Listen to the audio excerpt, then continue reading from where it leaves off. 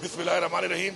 अल्हम्दुलिल्लाह मुहर्रम बड़े अमन व अमान के साथ खैर खैरियत से इंशाल्लाह गुजर रहा है और इंशाल्लाह हमारी पूरी कोशिश है और तमाम जो हैं जितने भी महकमे हैं, हमारी लॉ एनफोर्समेंट एजेंसीज़ हैं, सब मिल के काम कर रही हैं इसके ऊपर और इंशाल्लाह एक हमारे जो कमांड एंड कंट्रोल सेंटर बने हुए हैं हर एरिया में भी बने हुए हैं और उसके बाद फिर उधर होम डिपार्टमेंट में तमाम अजला के पूरे सूबे का भी एक सेंटर बना हुआ है और उसको हम देख रहे हैं इंशाल्लाह। फैसिलिटीज़ के हवाले से भी यहाँ पे काम हो रहा है और साथ साथ हेल्थ के हवाले से जो हेल्थ के जो मसाइल अगर कोई आ जाए उसके लिए भी यहाँ पे फुल काम हो रहा है और सिक्योरिटी ऑब्वियसली वो हमारी मेन कंसर्न है, उस पर भी इंशाल्लाह काम हो रहा है। इंशाल्लाह में पूरा यकीन है इंशाल्लाह ये अमन अमान से इंशाल्लाह गुजरेगा और इंशाल्लाह हमारी टीमें काम कर रही हैं, हमारी पुलिस हमारी फोर्सेस काम कर रही हैं। देखिए जी, हमारे सूबे को एक चैलेंज है बहुत बड़ा दहशतगर्दी का और उसको ज़ाहिर बात है हमारी पुलिस भी फाइट कर रही है और हमारे डिपार्टमेंट भी फाइट कर रहे हैं, हमारी फ़ौज भी फाइट कर रही है और हमारी आवाम भी फाइट कर रही है और कुर्बानी आपके सामने है इस सूबे की। तो अब जो हालात हैं इंशाल्लाह हम फ्रंट फुट पे इनको देख रहे हैं और हम इसके लिए बाकायदा स्ट्रेंथन कर रहे हैं अपनी CTT को भी, अपनी पुलिस को भी और इंशाल्लाह हमें पूरा यकीन है कि जिस तरह पहले हमारे दौरे हुकूमत में अमन कायम किया था हमने और बीच में जब ये एक बीच में गैप आ गया बहुत लंबा 1-1.5-2 साल का, उसमें ज़रा हालात थोड़े सूरत हाल ख़राब हुई है, तो इंशाल्लाह हम दोबारा इसको उसी तरह सूबे को इंशाल्लाह अमन व अमान हम कायम करेंगे और मुकाबला हम कर रहे हैं दहशतगर्दी का इंशाल्लाह जारी रहेगा, भरपूर तरीके से जारी रहेगा और जो वाक़यात हो रहे हैं, जिस तरह के वाक़यात हो रहे हैं और जो लोग कर रहे हैं वो भी इंशाल्लाह वक्त के साथ साथ उनसे इंशाल्लाह निपटा जाएगा और इस पर कोई कम्प्रोमाइज़ नहीं है। हमारा अमन व अमान के ऊपर, दहशतगर्दी के खात्मे के ऊपर हमारा कोई कम्प्रोमाइज़ नहीं है इंशाल्लाह।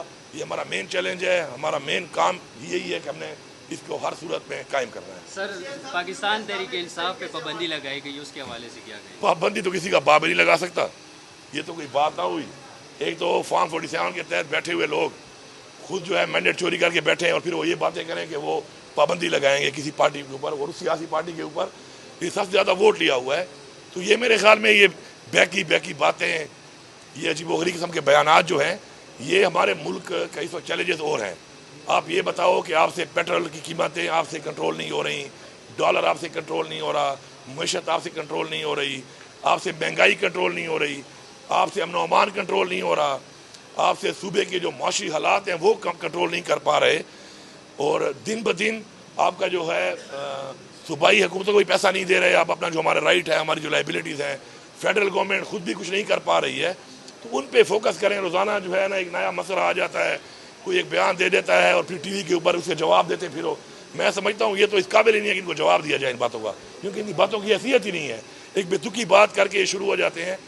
साथ में एक बात करना चाहता हूँ आपकी उसासा से यहाँ पे कि जो इलेक्शन कमीशन के हवाले से और 1000 सीटों के हवाले से हमारा एक मौक़िफ़ था, आइनी मौक़िफ़, अल्हम्दुलिल्लाह उसमें हमें जीत हुई है और साबित हुआ है कि हमारा मौक़िफ़ ठीक था, हमारा मौक़िफ़ दुरुस्त था और मैं शुक्रिया अदा करता हूँ सुप्रीम कोर्ट ऑफ पाकिस्तान का कि जिस तरीके से उन्होंने आइन के मुताबिक आइन को इस मुल्क में इस्टेब्लिश किया है, तो हमें अपना हक मिल गया है इंशाल्लाह। साथ साथ मैं ये गुजारिश नहीं बल्कि मुतालबा करता हूँ कि अब इलेक्शन कमीशन को इस्तीफ़ा दे देना चाहिए ये साबित होने के बाद। और साथ साथ जो एक और चीज़ हो रही है कि एडहॉक की बुनियाद पर जजेस लिए जा रहे हैं, तो मैं इसके हक में बिल्कुल नहीं हूँ।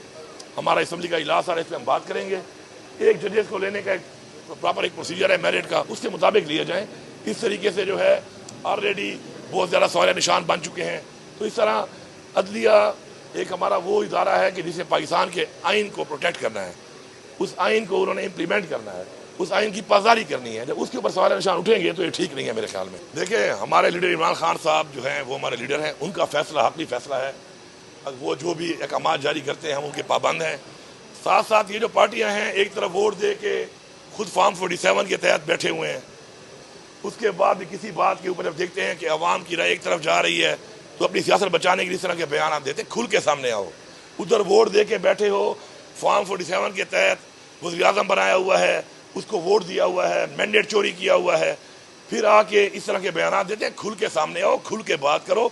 और जो ज्यादती हुई है तहरीक इंसाफ के साथ, आज भी ज्यादती हो रही है, उसके ऊपर किसी ने बात ही नहीं की। जमहूरियत के बातें तो ये करते हैं, ये कौन सी जमहूरियत हुई है हमारे साथ? क्या इन पार्टियों को नजर नहीं आ रहा था किस तरीके से तहरीक इंसाफ के साथ ज्यादती हो रही थी?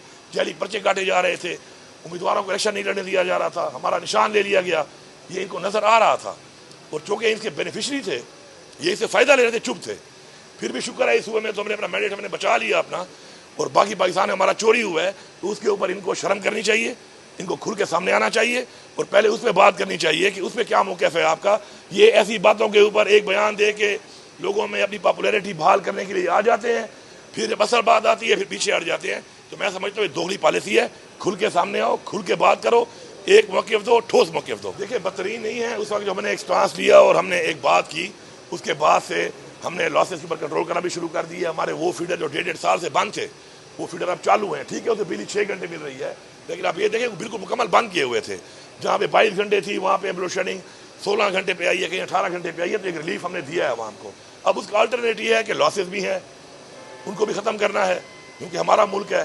तो उसके लिए अभी हमने पैकेज इंशाल्लाह दे दी है। अगले हफ्ते मैं उसे इफ्ताह करूँगा। हम ऐसे एरियाज में जहाँ पर हमारे लॉसेस ज़्यादा हैं और हमारे लोग किसी भी वजह से बिजली का बिल महंगी बहुत ज़्यादा नहीं भर सकते, तो हम 1 लाख लोगों को अभी सोलर दे रहे हैं। 2 के भी एक हम सोलर को लगा के देंगे, इस पर हम फ्री भी देंगे और कुछ लोगों को हम ऐसा भी देंगे कि जी आधे पैसे वो देंगे, आधे हम देंगे, और वो किस्तों में आहिस्ता आहिस्ता पैसे उतारेंगे। तो उसका एक प्लान है पूरा। उस प्लान पे अगले हफ्ते इफ्ताह हो जाएगा। और इस तरीके से हमने काउंटर करना है चीज़ों को, और देखभाल के पाकिस्तान को भी हमने देखना है कि लॉसेस जो आ रहे हैं हमारे सूबे से आ रहे हैं, तो वो हमने काम भी करने हैं। तो उसकी एक प्लानिंग हमने की हुई है, हमने बजटिंग कर दी है उसके लिए। इंशाल्लाह अपनी आवाम को पहले भी हमने रिलीफ दिलाया है इंशाल्लाह, और मज़ीद भी इंशाल्लाह दिलाएंगे।